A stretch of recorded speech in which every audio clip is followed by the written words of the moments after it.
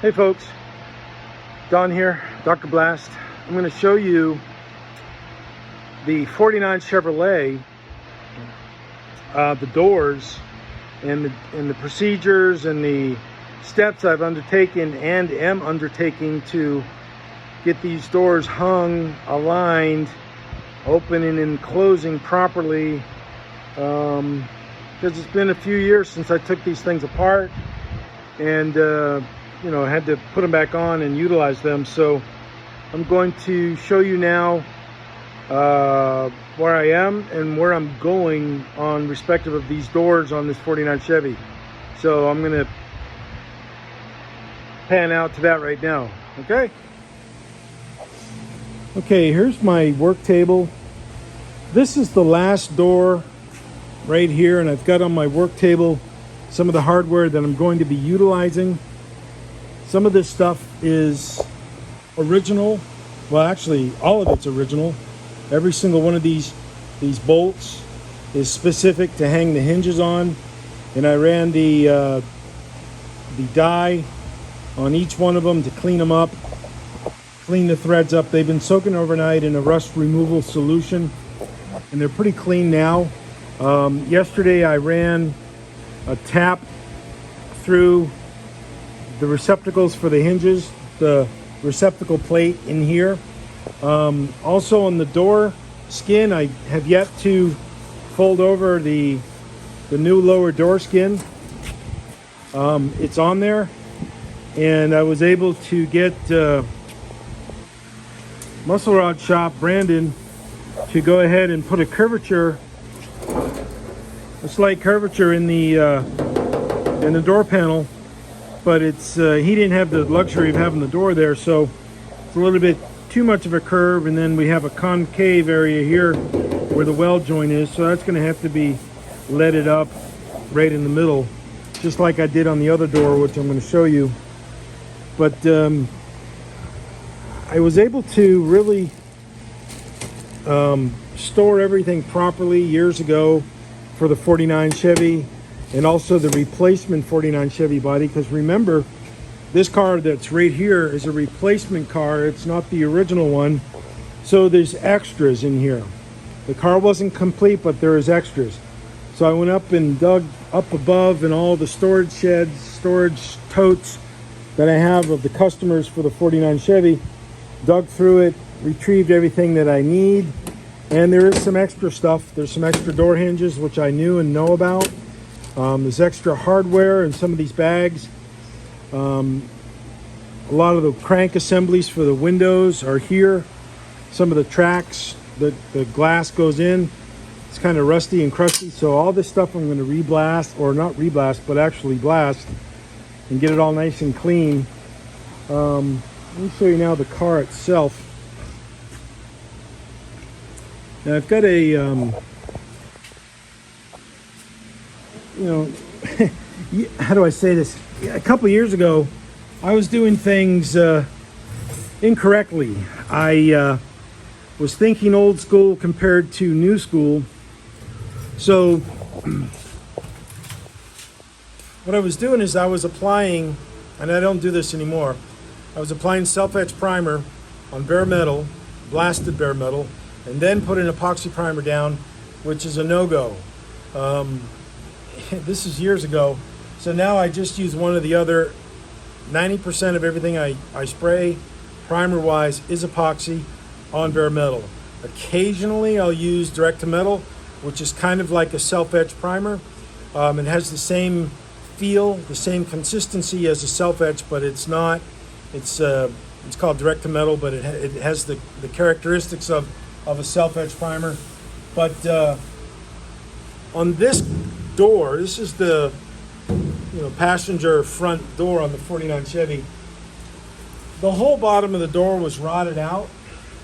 So when Casey was working for me, what we did is we incorporated the only replacement kit that we could put our hands on, and that was for the two-door car.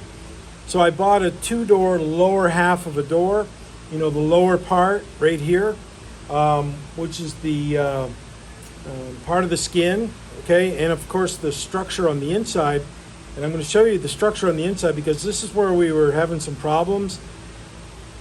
Welded this on, the lower part, but the inside part, we just did it by the best guess, and it just wasn't aligned properly, so I had to cut it on the inside. I'm going to show you that right now.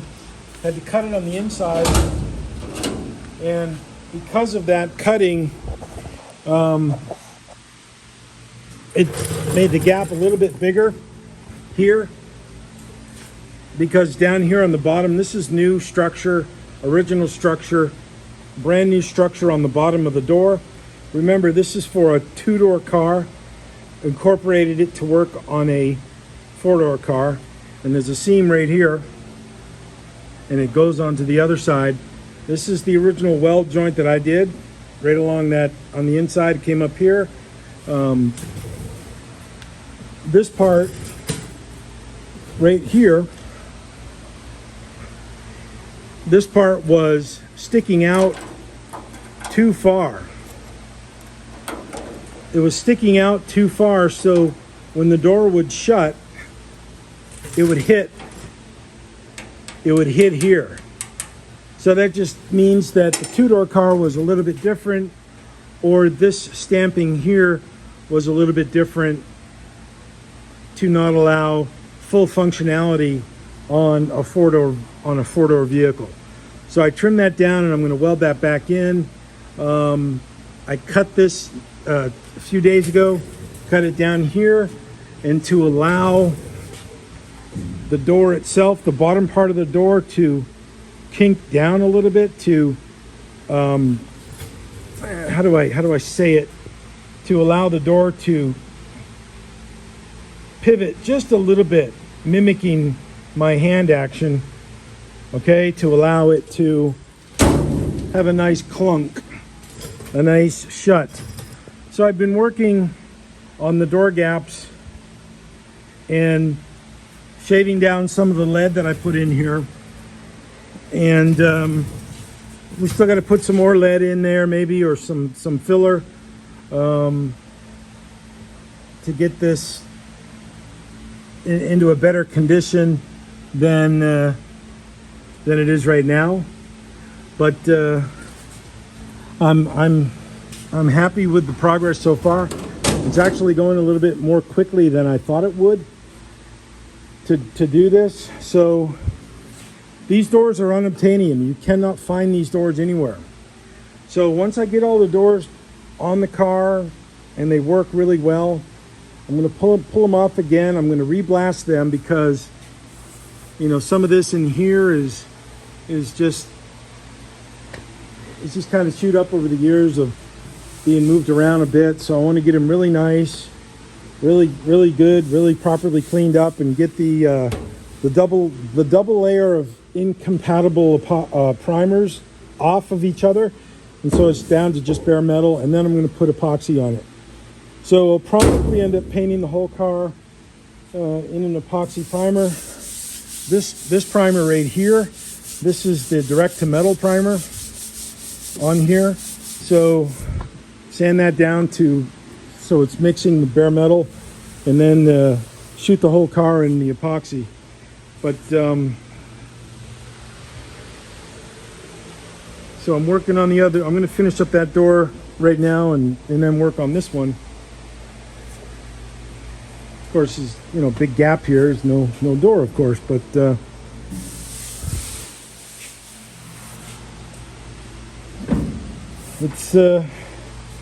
it's interesting work, it's fun work, and it's rewarding work, and it comes out really nice. So the owner of the car in the original iteration of the car had suicide doors on it, and the suicide doors were just really badly put together. And let me go up there and show you right now just what the suicide doors look like. And I'm gonna put the phone down. Just give me a sec.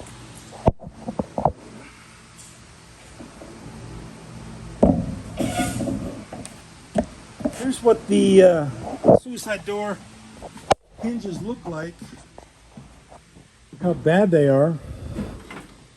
And I kept these just for reference for the future, just to show how shitty they did on this. They just, I mean, words can't really describe how horrible this is. You actually have to see it.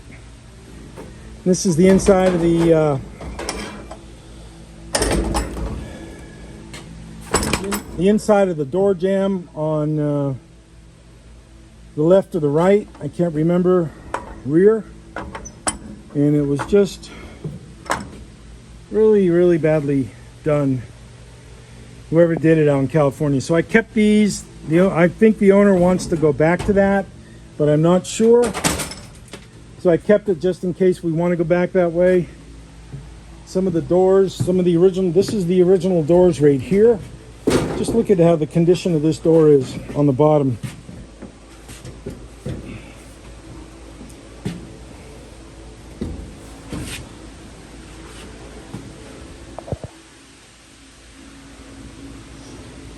I was going to scrap these doors, but something told me don't do it.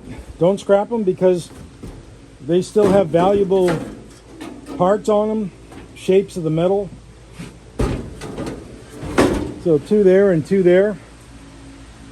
So 49 Chevy. Gotta make it happen. So I'm gonna get down from now, or down from here right now, and get back on that car. Peace out. Cheers. Bye-bye.